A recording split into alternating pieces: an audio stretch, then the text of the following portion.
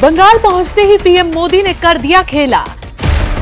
TMC में मची भगदड़, ममता का हाल हुआ बेहाल। कुणाल घोष ने दे दिया ममता को जोर का झटका।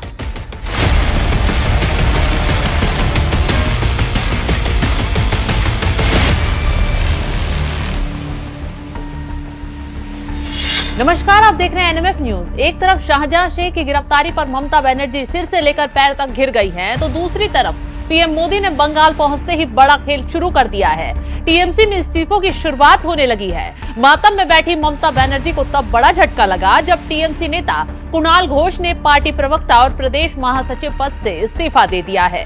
जल्द ही वो पार्टी भी छोड़कर जाने वाले हैं।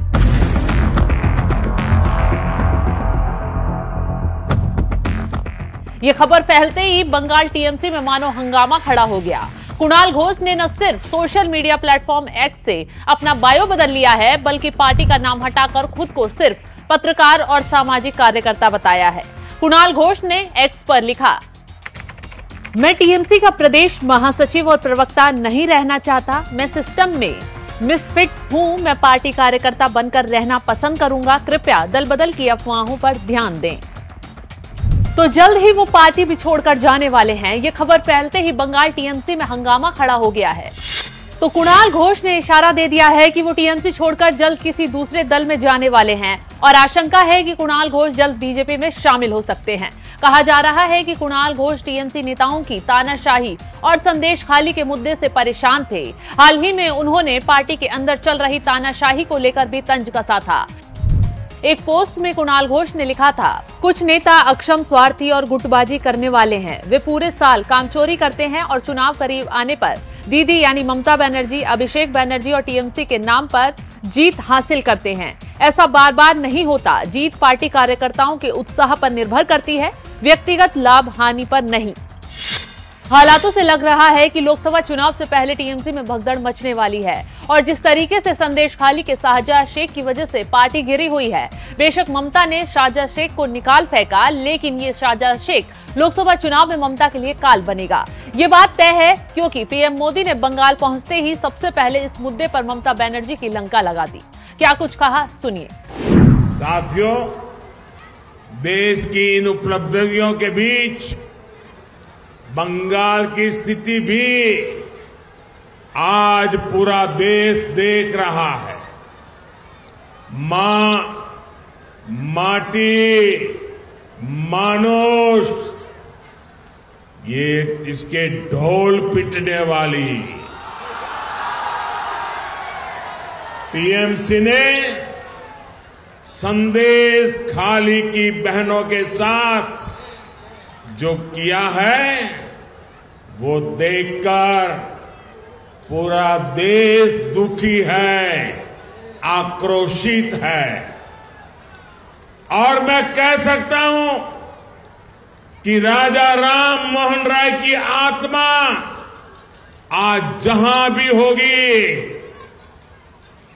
इन लोगों के इन कारनामों के लेकर के अत्यंत दुखी हुई होगी, क्योंकि इन्होंने संदेश खाली में जो किया, राजा राम मोहन राय, उनकी आत्मा आज रोती होगी। टीएमसी के नेता ने संदेश खाली में बहनों बेटियों के साथ दुस्साहस की सारी हदें पार कर दी। जब संदेश खाली की बहनों ने अपनी आवाज बुलंद की, ममता दीदी से मदद मांगी, उन्हें बदले में क्या मिला? मुख्यमंत्री दीदी ने, बंगाल सरकार ने टीएमसी के नेता को बचाने के लिए जो भी कर सकते थे पूरी शक्ति लगा दी।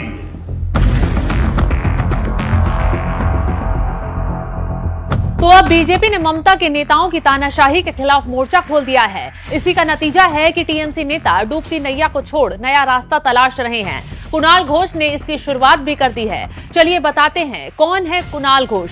कुणाल घोष पेशे से पत्रकार हैं। 2013 के शारदा चिटफंड घोटाले में आरोपी भी हैं।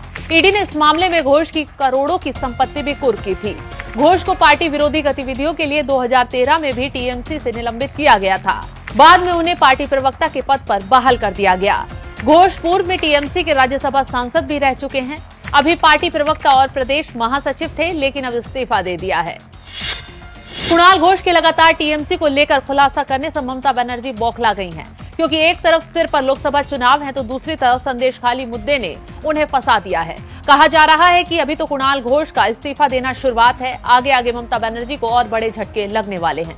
तो इस खबर पर क्या है आपकी राय, कमेंट कर जरूर बताएं।